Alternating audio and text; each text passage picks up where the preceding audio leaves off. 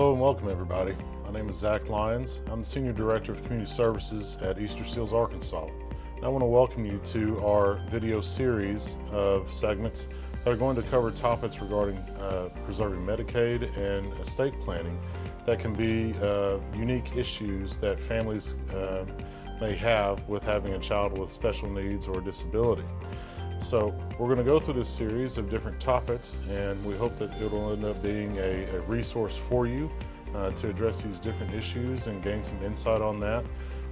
And today we have here with us Harry Ehrenberg. He's the founder of the Special Needs Estate Planning Taskforce. We want to welcome Harry with us to help us go through these different series of videos and segments that can help provide some more resource to you and your families and hopefully prevent any type of disruption to your services. So Harry, welcome. Thank you, Zach, and thank you to Easterseals for producing these videos.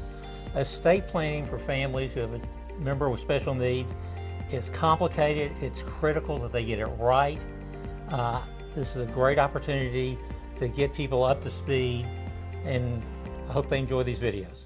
Thank you. Thank you.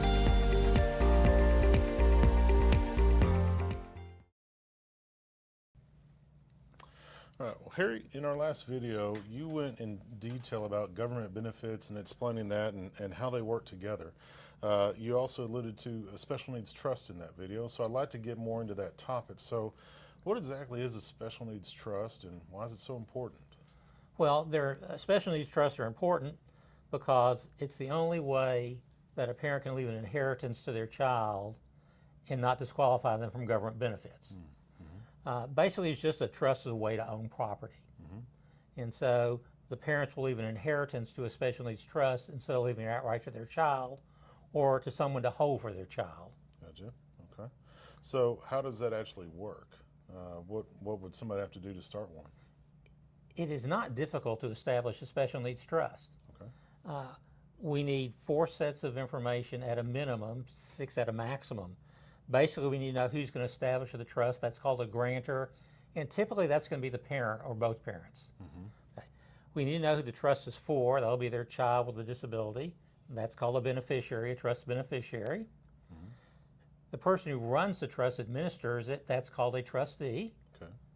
And then lastly, we need to know at the beneficiary's death, at the person with a disability's death, who gets what's left over in the trust. Okay.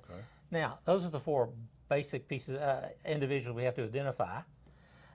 If the family is going to use a corporate trustee, they may want to name someone to advise that trustee on distributions. Okay. And if they're not going to use a corporate trustee, they may want to give the authority to someone to name successor trustees if they run out of the list that they provided when they established the trust. I see. Okay. So you said it's a way where inheritance and things that they can receive that and not mess up their Medicaid or their government benefits, but what does a special needs trust actually pay for? How can they use it? Okay. A special needs trust is going to supplement but not supplant government benefits. So, for instance, let's say you need to have your child needs to have his tooth capped, and Medicaid only pay to have it pulled, extracted. The trust can come in and pay to have it capped. Okay. It can also pay for quality of life items. So if your child is into technology, whether it's computers, phones, iPads, whatever, the trust can pay for that. It can pay for the related expenses. If there's monthly charges, if they're printers, keeping the printer stocked with paper, those types of things. If they like sports, whether engaging in it or going, it can pay for that. So if your child likes going to baseball games, it can pay to have them go to a baseball game. Or if it just likes participating, let's say your child likes to bowl, it can pick up those expenses. Okay. Okay. Sounds like it covers quite a lot. It's going to be covering the things that parents are typically covering now. It allows the child, the adult child, to maintain their quality of life. Sure. Okay. So with everything it does cover, is there anything particular that it does not cover? Yes. Again, it cannot replace government benefits. So if Medicaid is going to pay for it, pay for an expense, we're going to look to Medicaid first. Right. The other thing that's important to remember is the relationship of the beneficiary, the person with a disability, to the trust. The trustee has the absolute discretion on payments. Okay. So the beneficiary, all that trust is there for their benefit. They cannot obligate the trust for an expense. For instance,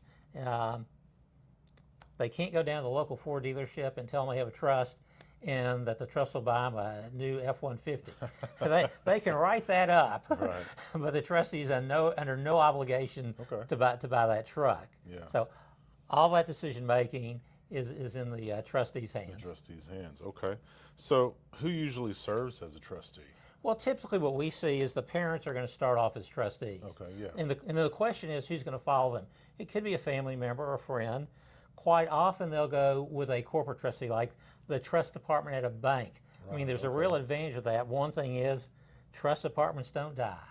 Secondly, they're set up to handle special needs trusts. They understand the intricacies of them.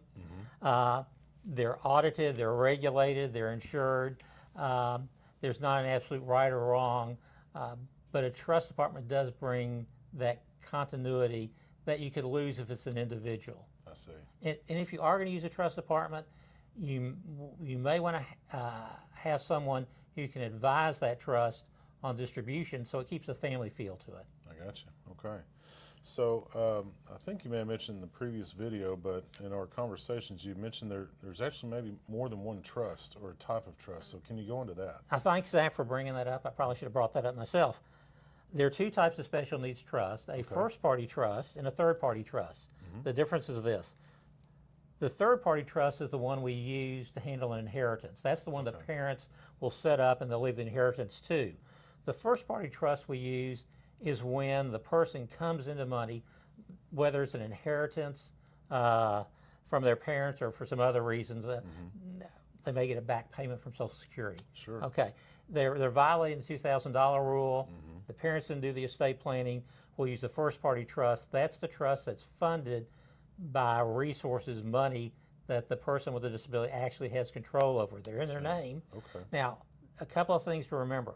Number one is that trust has to be established before that person is age 65, and that has been a problem. We've had parents die and their kids were over 65. They didn't establish a third-party trust. It was just too late to salvage out the situation. The other thing that's important to remember about that first-party trust is at the beneficiary's death, at the person with a disability's death, the state is going to, or Medicaid is going to be repaid for what Medicaid has been paying. So there might not be anything left for the rest of the family. I see. So if the family will get their estate planning done properly, we'll be using a third-party trust. If they haven't for whatever reason, we're going to be left with the first-party trust if their child is under the age of 65. Gotcha. So make sure I've understood you correctly. So the third-party trust is normally set up by the parents, guardians of the individual. Correct. That can be set up at any time of life. Right. There's no necessarily restriction there. And with that, they need to have basically a benefactor, I guess, if when the individual passes away, where that trust may go to someone else. Whereas the first-party trust, when the individual dies, beneficiary dies, it goes back to the state. First they get first claim. First claim. Well, in both you can pay the final expenses, but that, basically the state's going to most likely get all of it. There's nothing for what we typically call a remainder person. The remainder person is the person who gets what's ever left at the beneficiary's death. Right. And the big key thing you said was for the first-party trust, that had to be set up before the age of 65. Before the person with a disability is age 65. Right, okay, all right. Very interesting stuff. So I think we're kind of getting to, I think we've covered quite a lot about this, but I just want to make sure I've understood everything, and for folks that are watching, going back to these trusts, now you said, like again, it can cover a lot of things and things that Medicaid won't pay for, but you know, I just wanted to cover, is there any other details to that? Is it daily needs or groceries or clothing? Could it cover that? Okay. We're going to look to the necessities, food, clothing, and shelter. We're going to look to the government for that. I see. You pay for those things out of the SSI payment, Right. or if they're on a disabled child Social Security benefit, we'll look to that first. Now,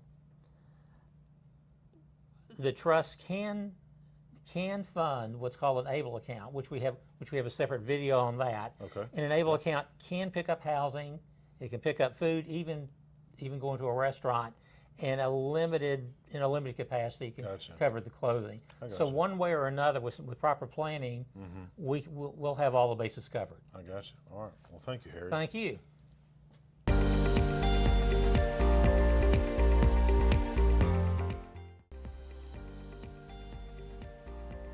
Zach, thank you, and thank you to Easterseals for producing this series of videos. We hope you found them informative. If you have any questions about the issues we've discussed, please feel free to contact me.